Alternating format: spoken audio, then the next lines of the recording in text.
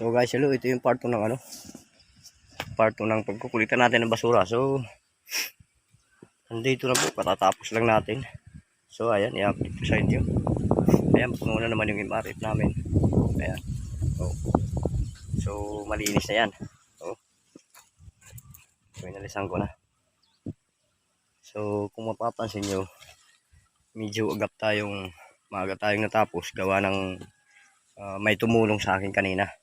Hindi ko lang na-videohan gawa ng madalian. Tinulungan ako maglagay sa ikarga sa tricycle, saka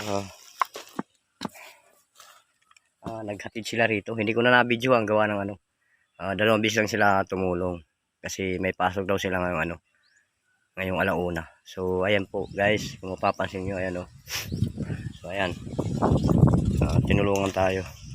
Bali ito yung sako na lalagyan ng lalagyan ko ng diaper. So may sobra kasi nanghingi ako. Tahimik, alas 12, tanghaling tapat. So ayan guys, uuwi tayo pagkatapos nito at tayo kakain sa tanghalian. Hindi ko pa alam kung anong ulam, basta kung anong nandyan, sige kakain tayo. Ay update ko lang ulit sa inyo. Ito yung lugar namin, napakaganda, probinsya talaga. Hanggang doon probinsya yan, papuntang yan, mga interior places, mga barangay.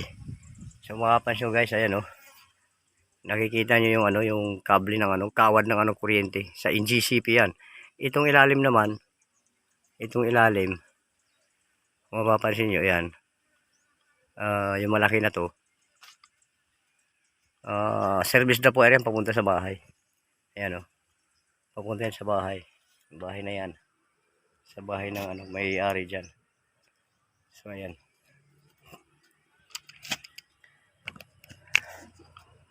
so may pupuntahan tayo ngayon, boarding house. Kung may basura sila, kunin natin yung huli lang.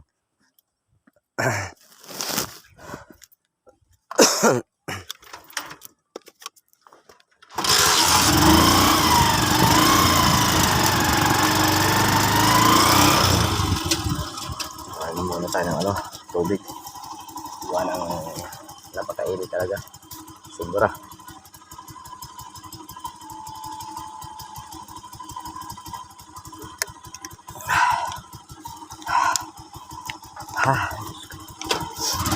Ayan.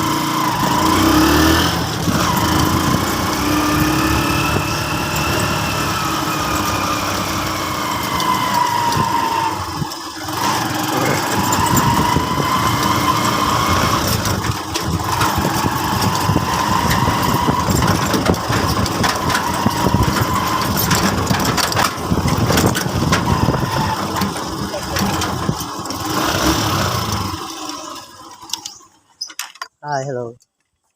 Shoutout muna kila ate, nag-aaral.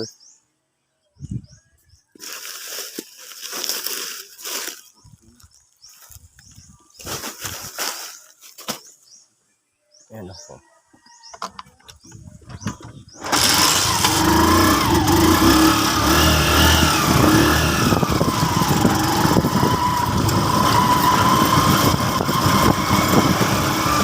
Pinuha natin.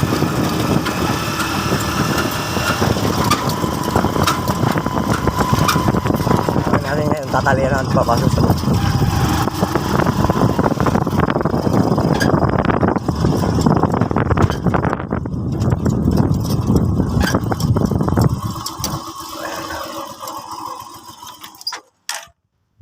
Talian natin nang hindi magkalat.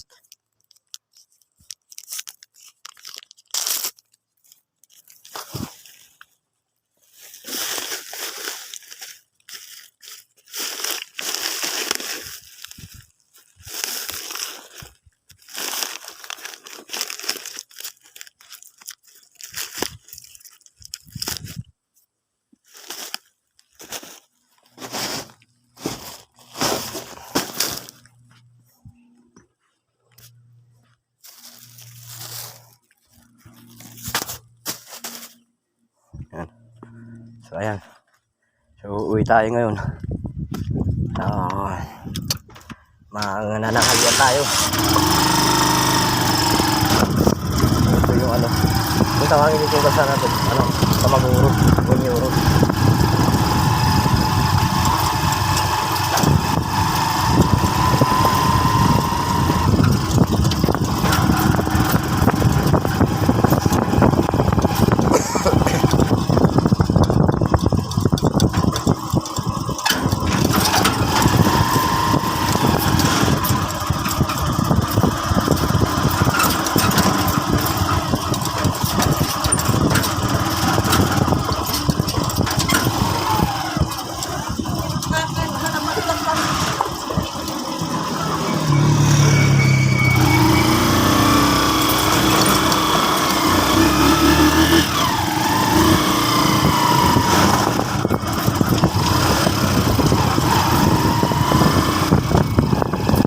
Tayo ngayon.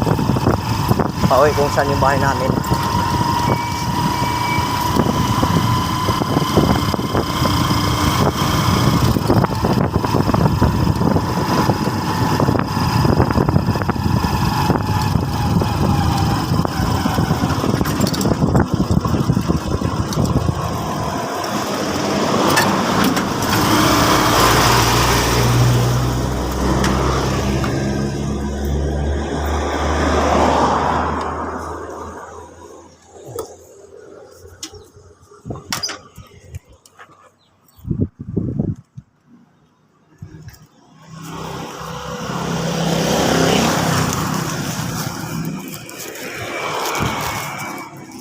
Ito yung bahay namin.